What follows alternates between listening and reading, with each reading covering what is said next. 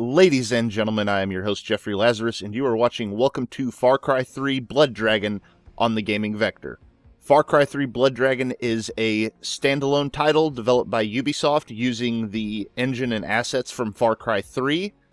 This is a $15 downloadable first-person shooter, so let's go ahead and jump in and take a look at it.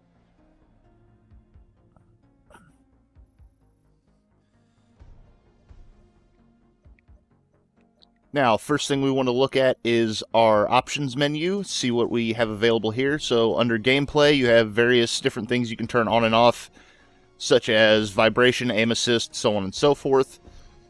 All useful things to be able to toggle. Under controls, you have look inversion, sensitivity, and you can look at your control scheme. There are 4 possible starting control schemes. There's no remapping of your buttons. However, the PC version does have rebindable controls, so if you're worried about that, there's no need to be. Also, here we can take a look at the audio options. Now, the audio options are a little bare bone. We just simply have master volume. You can turn music on and off, and you can turn the language to whatever language you happen to speak. In this case, we're going to be sticking with English, obviously. Under video options, you only have 2. You can turn subtitles on, which I have for your convenience.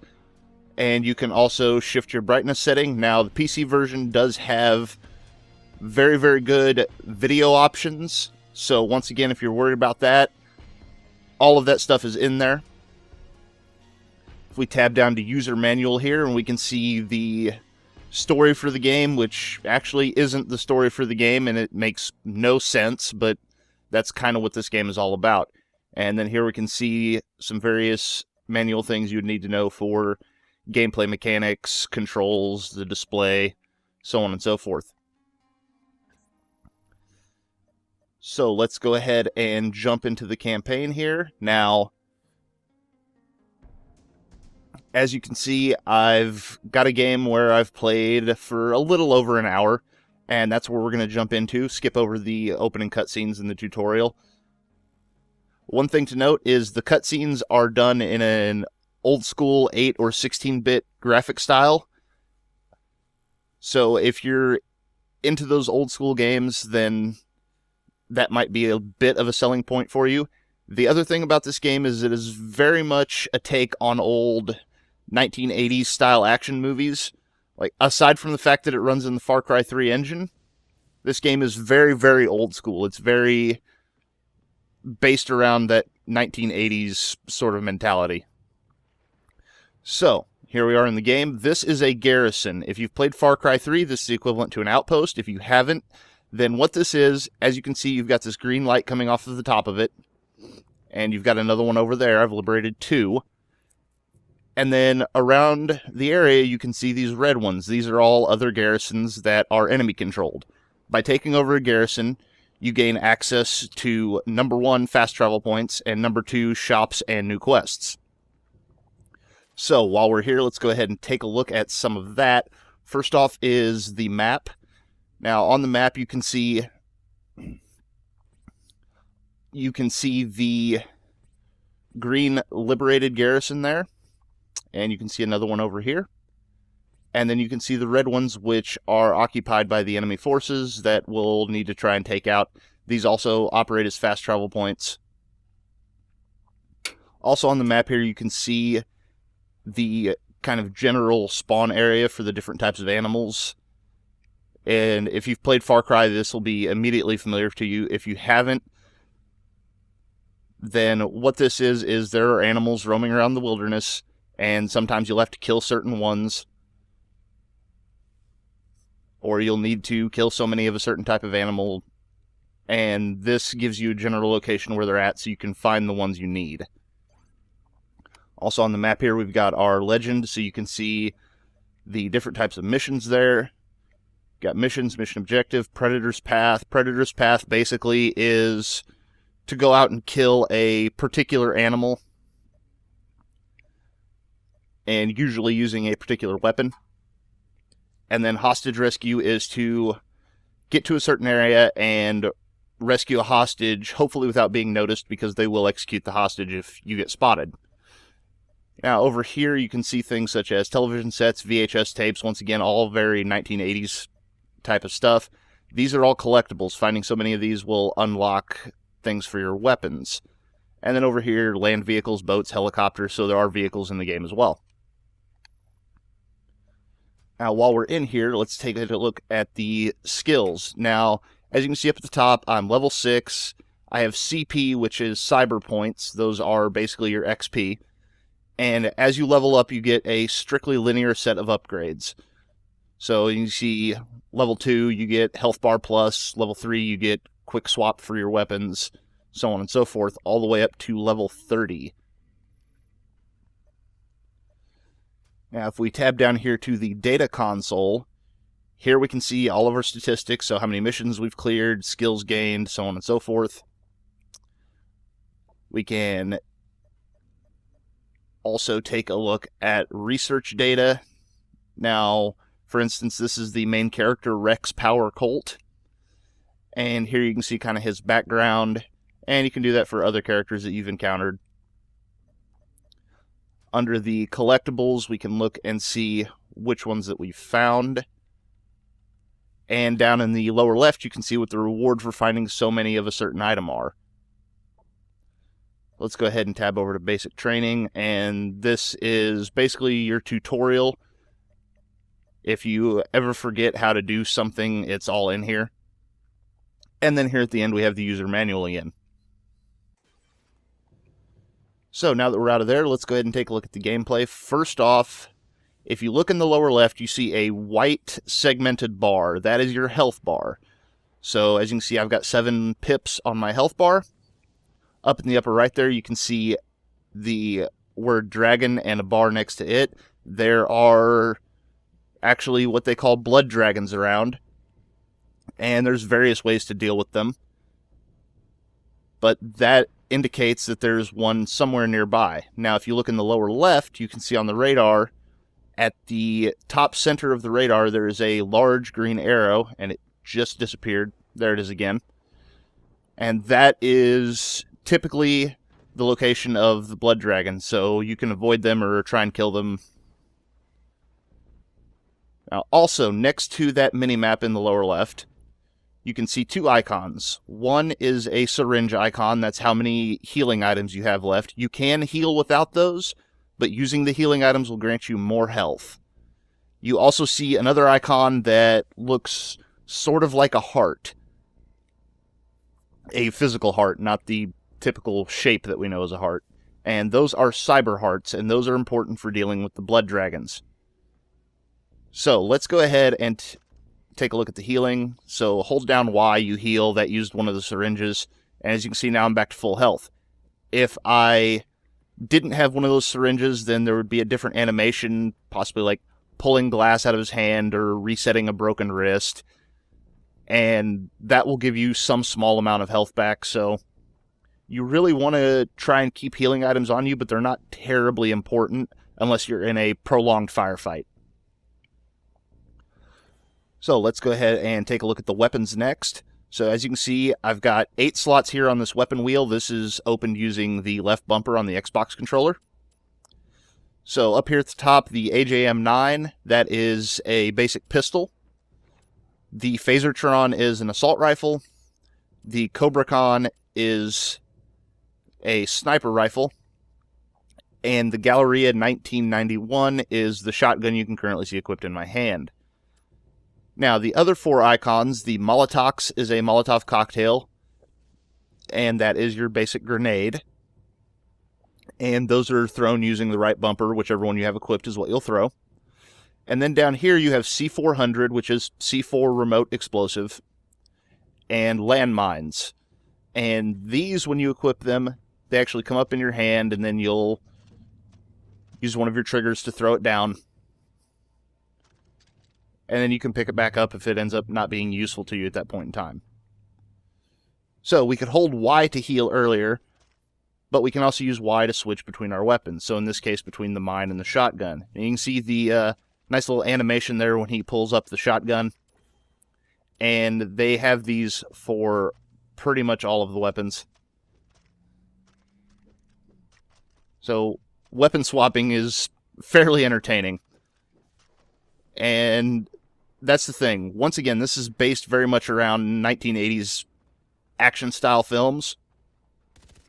There we can see aim down sights, fire off a few rounds, and then if we reload, see him spin the clip around on his hand. Alternatively, with the shotgun, you can see him kind of cocking the lever action on the shotgun, very much as an homage to Terminator 2 when he's riding on the motorcycle and doing a very similar thing. And the reload is hilarious, because he nonsensically throws shells from one hand into the back of the gun. It's pretty entertaining. The game doesn't take itself seriously at all, which is a good thing. So this is the shop, and if we can get some interaction here, there we are. As you can see, you've got 3 different things. You've got ammo, weapons, and consumables. Consumables, you've got body armor, you've got the nanomed probes, which are the syringe I used to heal earlier, and you've got map scans. So these will show you where all the collectibles are once you actually get the map scans.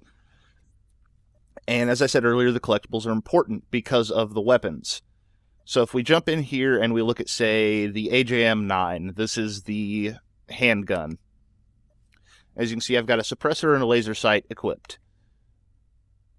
Now, if I go down to larger mag, it's unlocked after a certain hostage rescue, and the max mags option, which is the biggest magazine possibility, is unlocked after collecting 12 VHS tapes. So that makes the collectibles important.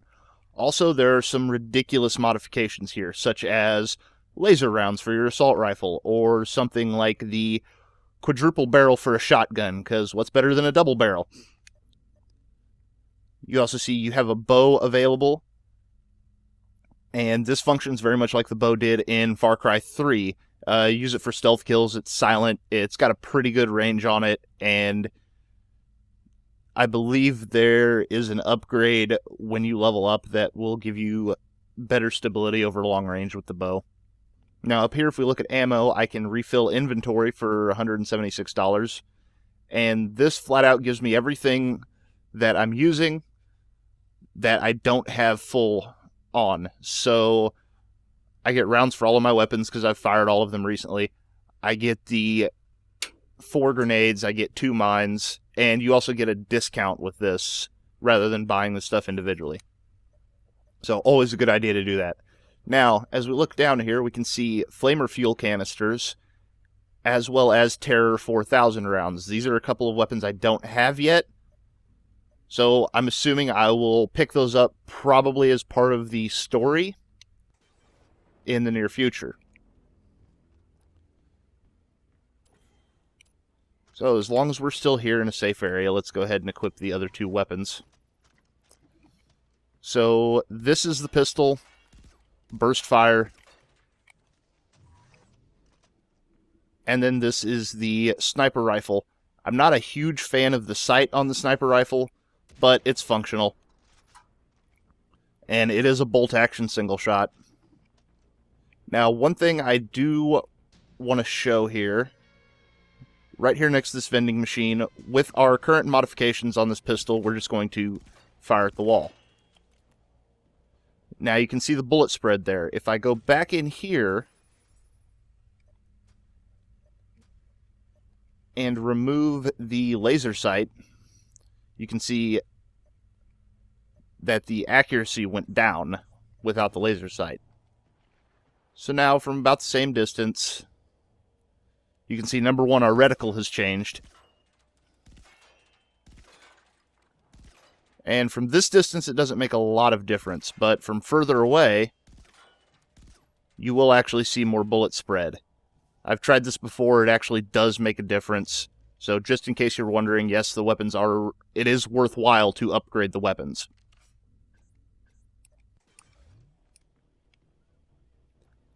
Alright, so let's see if this blood dragon is possibly still over here, and we can show that mechanic. He is still up there. One more thing I wanted to show off. The element in Far Cry 3 where you could throw rocks to distract enemies and whatnot, that is still here. However, in this case, once again, because the game doesn't take itself seriously, instead of throwing a rock, you actually throw a 20-sided die.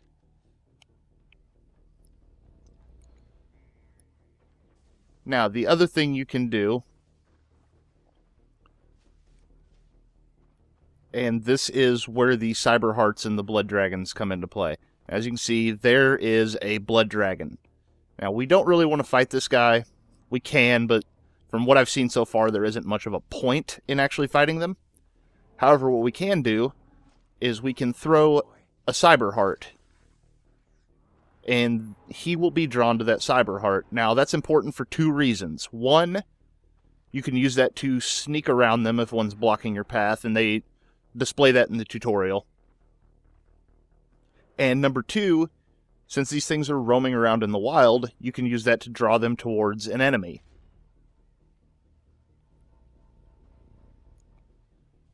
And by doing so, you can also, say, throw the Cyber Heart into a garrison like this that's occupied by enemies, knock out the generator, take down these gates, and he'll just rampage through and wipe out most of them for you. Now, these terminals over here are typically where I'd pick up side quests. I've already completed the ones here, so there is no need to try and pick those up right now. And also, as we saw earlier, there are vehicles in the game. We talked about that when we were looking at the map. Now, as you can see, I can hop in, I can drive this vehicle.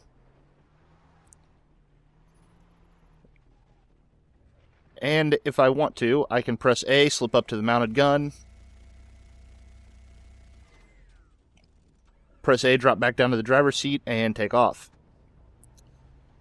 So, before we end this video, we're going to head over to one of the other garrisons. And typically I would try to do these stealthily, but I kind of just want to show off the straight-up combat, so that's what we're going to do.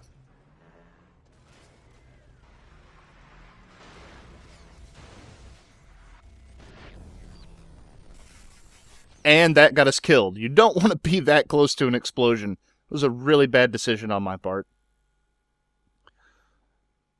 But this gives me a chance to show what happens when you die. So, whenever you're killed, you'll respawn at the nearest garrison.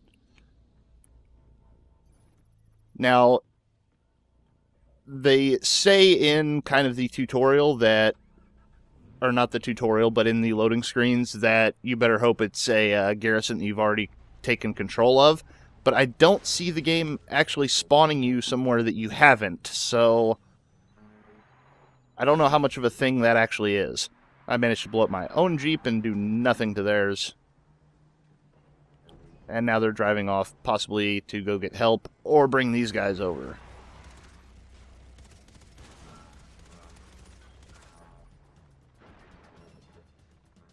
Oh, and the Blood Dragon has decided to come join in the party.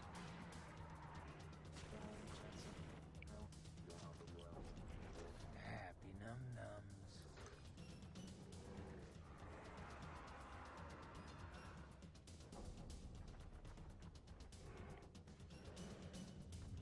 And they have completely taken off. And now I'm left to deal with this guy. There's one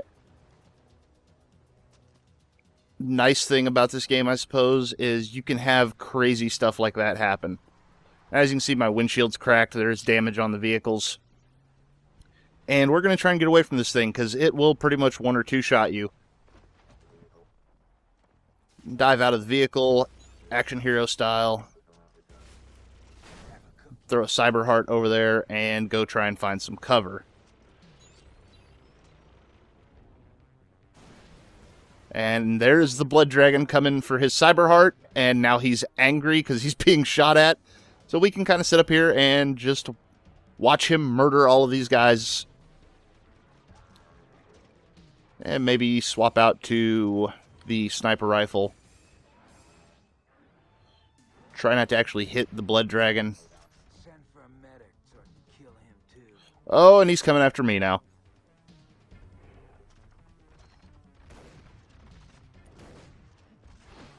I really don't want to be fighting this guy.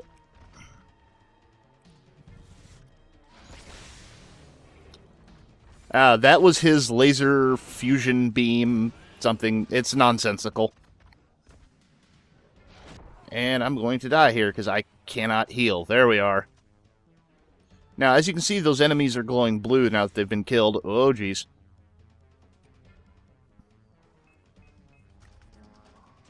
Here you go. And when an enemy corpse is glowing blue like that, that means you can pull a cyber heart off of it. I had my eye on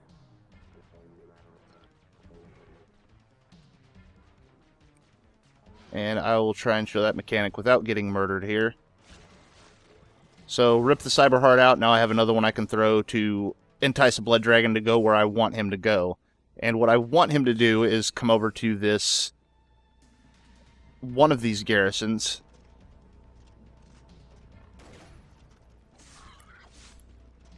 You can see you do also have melee attacks, and just like in Far Cry 3, you also do have... what exactly are they called? I can't remember.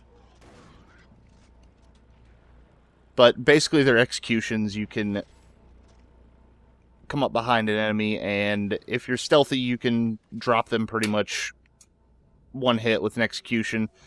And they've got some combined execution type stuff where, say, I stab one guy in the back, I can then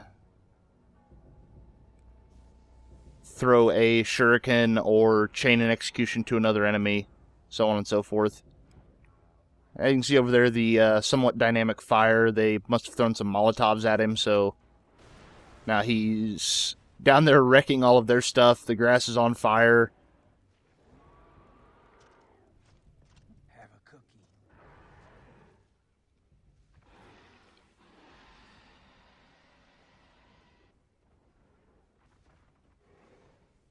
So yes, Far Cry 3 Blood Dragon, fairly entertaining. It definitely, caters to a very specific demographic. And there I am dead again. It caters to a very specific demographic. This game is made for people who grew up in the 80s, grew up on these action films, grew up on all this kind of nonsensical stuff. And there's nothing wrong with that. The game doesn't take itself seriously.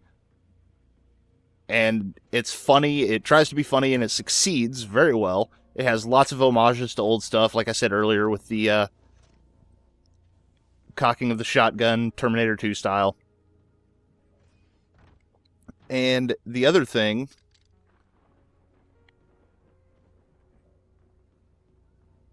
that this game seems to do fairly well is the actual shooting.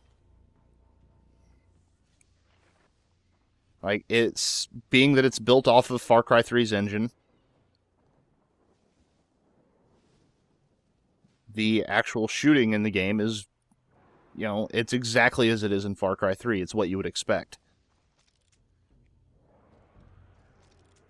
So once again, another thing you can do, obviously,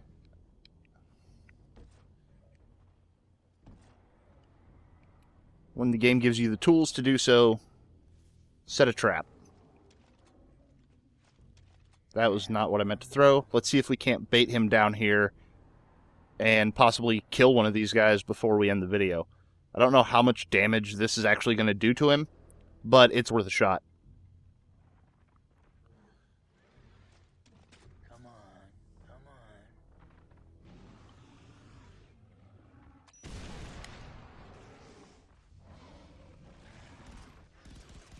Well, now he's angry and he's still at about half health, so we're going to run. But once again, they can't come through these gates. However, that energy blast that they do can come through, so you do want to be wary of that.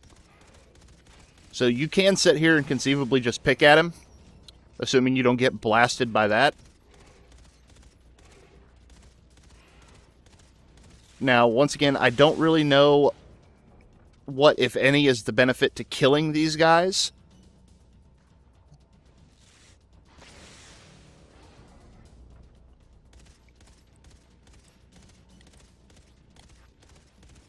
And you can see some damage on him where the shots are actually hitting.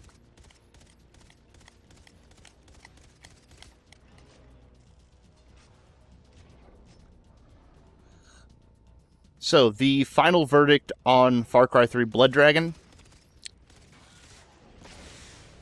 You know, it's worth looking at.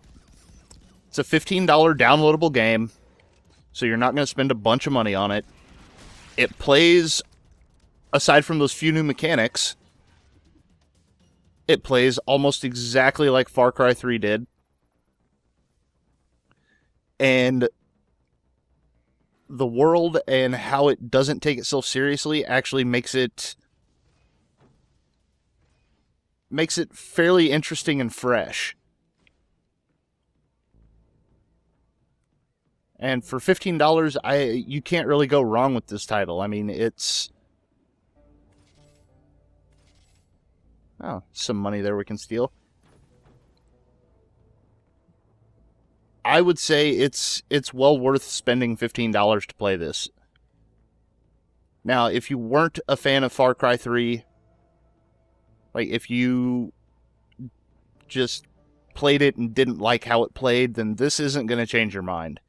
But, you know, if you grew up in the 80s or you like those old action flicks and just how nonsensical they can be, and you enjoy first-person shooters or Far Cry 3 style of gameplay, then I would definitely recommend picking this up, because, once again, it's $15. It's $15, it's probably about an 8 to 10 hour campaign if I had to venture a guess, and that's if you don't go and do all the collectibles and take all of the garrisons and so on and so forth. So, in my opinion, definitely worth your time and money. I would give it a shot. You can see another one of the healing animations, because somehow that gives me 3 points of health back. And one last thing I want to leave on is the one other action that you can do in this game.